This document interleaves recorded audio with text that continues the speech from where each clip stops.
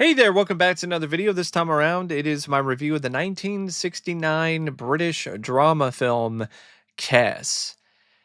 Now, I have to be honest, I didn't even know this film even existed until I was requested to check this out. And on one hand, I was surprised by how legitimately decent the film was, but at the same time, I wasn't really the biggest fan of it. But it is a movie that I would say is at the very least an adequate film. And especially for a film this old, it had a certain quality to it that I felt was genuinely timeless. And there were some aspects of it that I really genuinely admired. But it is one of those movies, though, where I probably wouldn't go out of my way to add it to my collection, let alone watch it again anytime soon, because I really felt like at the end of the day, it wasn't as satisfying of a story as I felt it could have been. Now, before I get around to sharing more of my thoughts on Kess, I would like to give a special shout out to Ryan for requesting this review. And if there is another film, TV show, or topic that you would like to see me discuss in the future, feel free to donate to either my PayPal, my Patreon, or my Cash App. The links to all three are in the video description down below, and I will try to get to your requests as soon as I possibly can. Now, Kess is directed by Ken Loach, and this was his second film. And I think as a sophomore effort, it's pretty strong. I think he did a good job for the most part when it comes to the camera work, the camera techniques that he utilized, and the usage of wide shots. There are some really great looking wide shots in this. They're very picturesque and almost like something you would see in a painting. And it's a film that it has a lot of grit to it visually as well, which I think definitely adds to a lot of the realism. And I think Loach was ahead of his time when it comes to the way that he framed his shots and the way that he directed this film in general, because a lot of the direction in Kess is almost like a pseudo documentary, as if it's following around this young boy and chronicling his exploits and doing it in a way that is more down to earth and more realistic and more raw. And I think that is something that became very common when it comes to a style of direction that was used later on, but not necessarily as much in 1969. So I think Loach was ahead of the time when it comes to his visual style here, because a lot of direction from this time period could have been considered to be a bit stuffy, a bit stodgy, not as willing to be uh, more experimental in terms of the perspectives or the types of shots that were used. And I'm not saying that in this decade you didn't have films that were trying to be a little bit more experimental in terms of their visual style, but it wasn't as common as it is nowadays, or it was in the 70s. So this is definitely a film visually that I think looks quite good. And a big part of why I think the film is at the very least a decent movie is because of some really solid direction by Ken Loach, especially when it comes to the nature photography. Like, that is really where it stands out the most. uh, Scenes involving David Bradley and his kestrel, and other different shots of the countryside.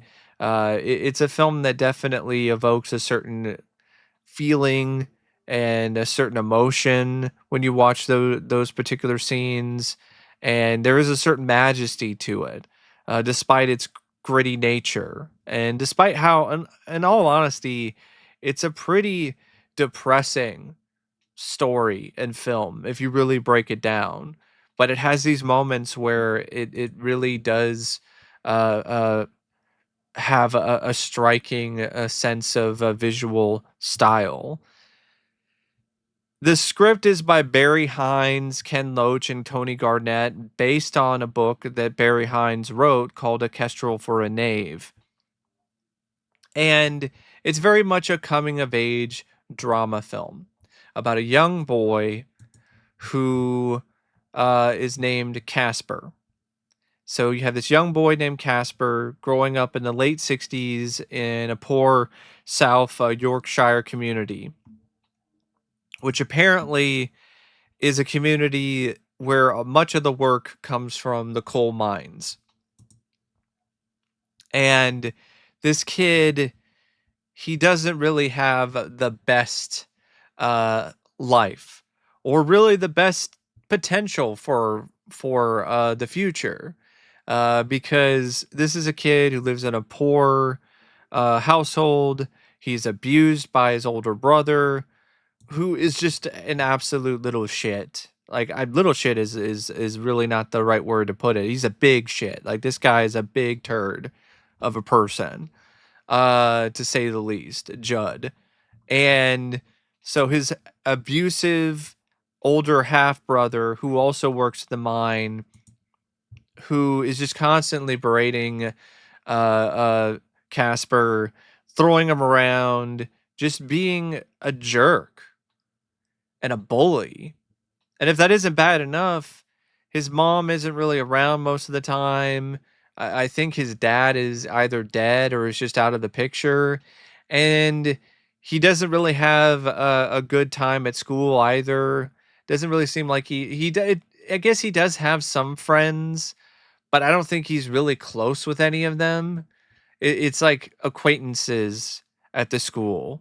Like, he hangs around a certain crowd, but it doesn't really come across as if they're really truthfully close friends of his. Because whenever he gets bullied or gets uh, picked out for punishment by the gym teacher or by other teachers at the school, none of the kids ever really stand up for him. And this kid, Casper, winds up finding a new lot in life and finds some joy in finding this kestrel, this hawk that is in a nest at one of his neighbors' farm.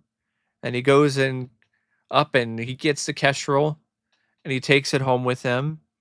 He pickpockets a book about falconing, and then he winds up learning how to be a pretty good falconer. And he's a good uh, owner and a good falconer. Definitely a good person to take care of this young hawk.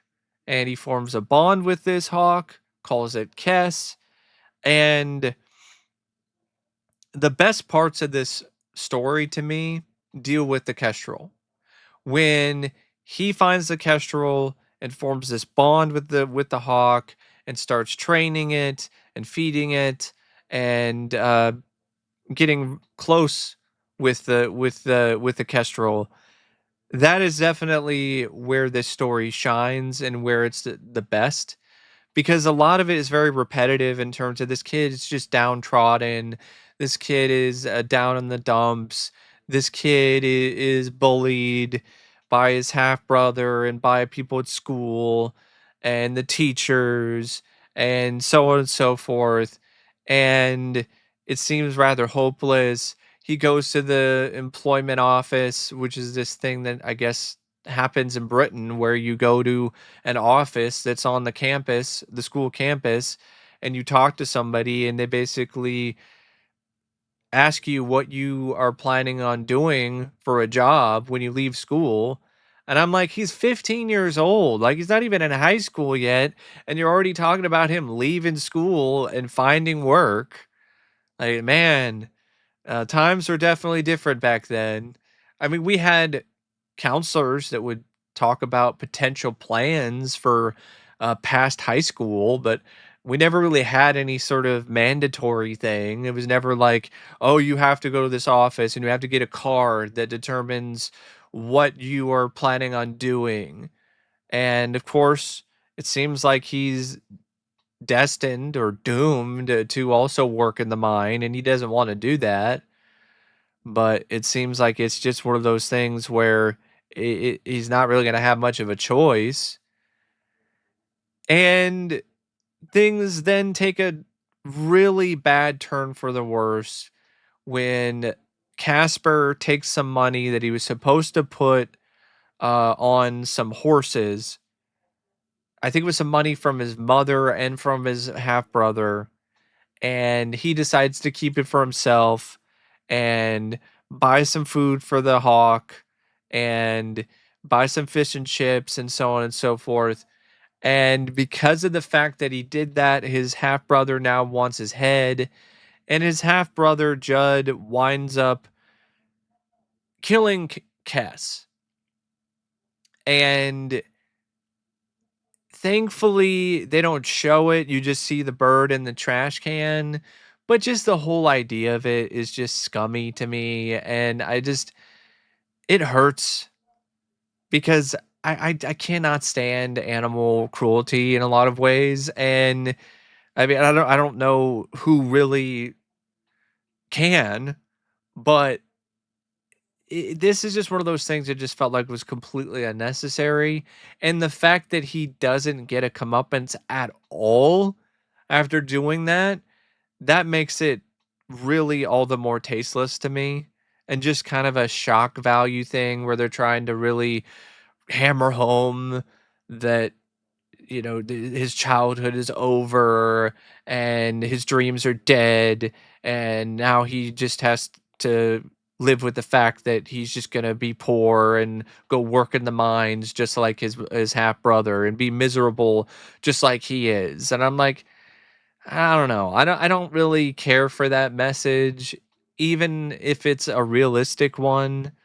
Like, at least have the half brother get some sort of comeuppance in the end, because in all honesty, his actions were not justified at all. Yes, Casper did a wrong thing. He made a mistake. You're not justified in killing his hawk for that. Also, at the same time, okay, you might have won, but then you only would take a week off of work. And how much of the money would you use to, help around the house? Help your mother, help your brother. Probably not a whole lot. You probably blow it on booze or some other nonsense. And also, this character doesn't deserve to win, period. The guy is a dick. So, like, I didn't really care for that. And there were other stuff too, like the uncomfortable scenes with the gym teacher and how he essentially tortured Casper because he lost a game of soccer during uh gym class. And there's just a lot of stuff in it that is just uncomfortable to watch. Like scenes where kids just get hit in the hands with canes, and apparently that was done for real. Like it was a real thing. Like those kids actually got hit in the hands with a cane for real. They got paid, but they still suffered real pain for a movie. And I know times were different back then in 1969, but I just it just it feels a little too much. And I get what it's trying to do. It's trying to paint a very realistic picture of what life was like living in that poor community in Britain, in the UK in the late 60s. But after a certain point, it gets tiresome because it's just beating you over the head or smacking you over the head with a cane with how bleak and how hopeless and how depressing everything is, with a little bit of hope with this kestrel, with this hawk. And and then you have this whole thing where he winds up showing Kess to one of his teachers, and you're thinking there's going to be something going on with that teacher, and he's going to mentor this kid. No, that doesn't really happen. Or he's going to come to the kid's defense at some point later on when he's getting bullied. No, that doesn't happen. It's just one of those stories where it starts one way, and then for the most part, it pretty much just ends the same way. I would have rather have seen a a story that dealt with this kid who's struggling in life, but he finds connection and a bond with this kestrel. And then if you want to do the whole thing where the kestrel gets killed by Judd, well then still have maybe the teacher comes in and he sees how sad Casper is, and then he talks to him, and Casper opens up to him about how his half brother killed Kess, and then he goes out of his way and surprises Casper with another kestrel. You could have done something like that, where okay, maybe his half brother doesn't necessarily get the comeuppance he deserves, but at least there's still some sort of hope. There's still something that happens at the end that makes it so it's not so relentlessly gloomy. But that's just my personal opinion. I know people prefer it and like the fact that it's so gloomy because that's real and that's how it is. But to me, that's boring. That's honestly rather dull. And that's reality too. A lot of everyday life is dull and boring. There's a reason why most people don't have reality shows about them. And that there's also a reason why most reality shows are fake to begin with. Because in a lot of ways real life is boring. So I just prefer stories that have more of, wouldn't say a fantastical bent, but stories that have something about them that breaks away from the mundane and the gloominess of reality. But that's just me personally. But it did do a good job making this setting and this life for this kid feel very real. I just wish that even though it was grounded and really had a good sense of rawness to it, I wish that there was a little bit more hope, a little bit more of a brighter spot to it. Um, and so that it would provide a little bit more of an arc, a little bit more of something that happens, with either Casper or some other characters where they learn something along the way, or their mindset shifts, or maybe they're able to accept their fate when it comes to their lives, and how they'll probably work in a mine like everybody else, but at this one moment in time they can still enjoy the company of their loved ones, or in the case of Casper, he can enjoy the company of his kestrel. Like that's just how I would have gone about it, but that's just me personally. The cast, it's not too bad. It's not too shabby. I think David Bradley as Casper, he did a fantastic job, especially for an actor who had never acted in anything before. This was his acting debut, and he seemed like he was a genuine natural to me. Some really good performance work by him. And he did a great job showing this kid's uh, personality, his charm, showing him being beaten down and shy, but also showing him willing to stand up for certain things, especially for things that he loves, like his kestrel. And I legitimately felt that it was a really strong performance by him. The rest of the cast is fine too. I mean, Freddie Fletcher did a good job playing an awful half brother. Like, I hated him. I wanted to see Kess rip his eyes out, but that's just a sign of a good performer. Where this is a character that's supposed to be loathsome, and he was effectively loathsome. Lynne Perrie as the mom was fine in the few scenes that she had.